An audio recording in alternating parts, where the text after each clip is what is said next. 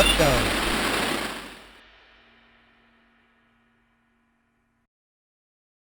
What's up, guys? Welcome to another edition of our Dynasty Spotlight series here at Masters Fantasy Football. We're always talking Dynasty Football. It's what we love to do.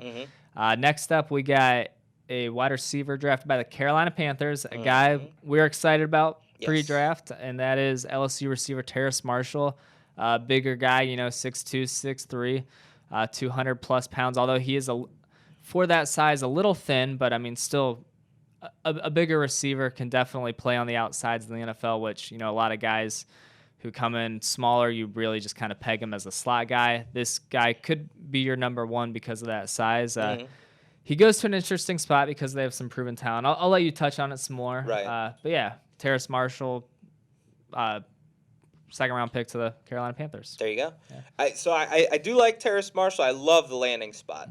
I think this is something the Panthers don't have. They don't have that big body guy who can kind of go up and get it.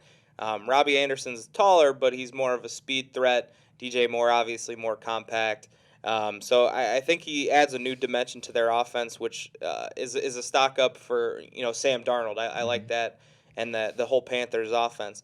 But overall, I think this is a guy, whereas Tutu Atwell, who we just did a show on, doesn't have as much value in the near future. I could see Terrace Marshall having a nice little role in his rookie season, maybe being a guy that maybe doesn't get a ton of targets, a ton of yards, but I could see him getting a decent amount of touchdowns and having a respectable rookie season despite being surrounded by Christian McCaffrey, DJ Moore, Robbie Anderson.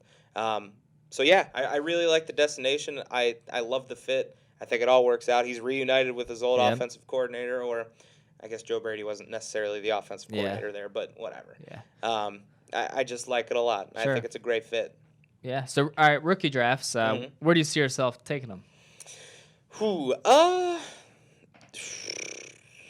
I've seen personally, sometimes even sneaking into the first round. As I say, I've seen late first too. Yeah. Which I'm totally okay with. Yeah.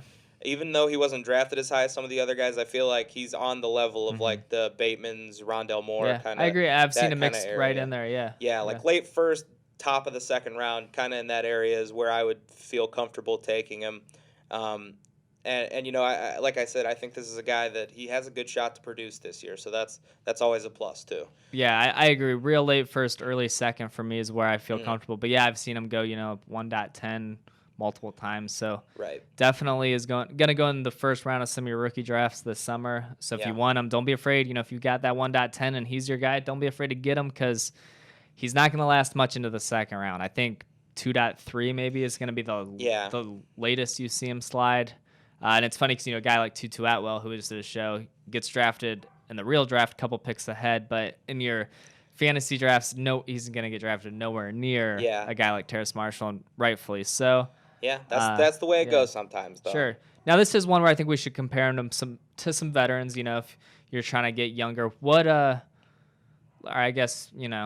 veterans would you trade for him? All right, I got one I'll throw out. Oh, yeah. Adam Thielen, 32 years old. Sure. Easily could have another couple wide receiver one seasons, but 32 years old. Adam Thielen or Terrace Marshall in Dynasty? Yeah, as much as I love Thielen, I think you could definitely make that argument, and I do feel like Marshall's going to have a big season. Maybe not this year, but I think he's going to produce at least this year, and his role's going to get bigger. So I think overall, I think I'd rather have Terrace Marshall. I agree, especially from a dynasty especially in a dynasty startup type of thing where you're setting your roster for the future, just kind of drafting guys. Yeah, you want to go younger. Now, if you're in win now mode and you've got Adam Thielen and you're a real contender this year, maybe you don't want to give him up, but that's a little different. Also worth noting, because I don't think we talked about this, but Robbie Anderson very easily could be gone in a year. Yeah, that's kind of what. So yeah, this year he might at best be the number 3, but even as soon as next year, Robbie Anderson could be gone. It literally could be a very nice tandem of DJ Moore and Terrace Marshall as a 1A, 1B.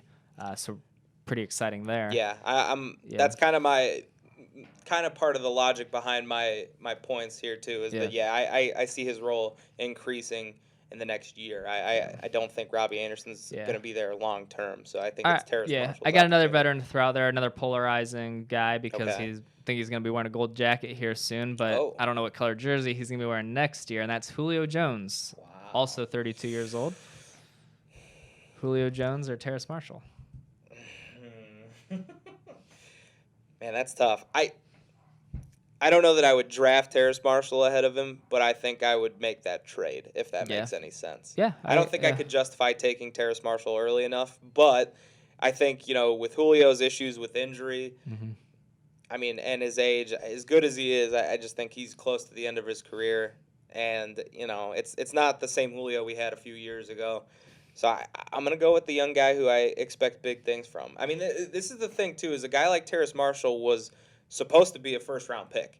And then, like an injury thing pops up a couple weeks before the draft, and then he drops a little bit. But, I mean, talent-wise, first-round caliber. So, I mean, that's always a huge thing, too. So it's not like I'm just saying, this random second-round pick, I'd take him over Julio Jones. I mean, Terrace Marshall is pretty highly respected and expected to be something very good in this league.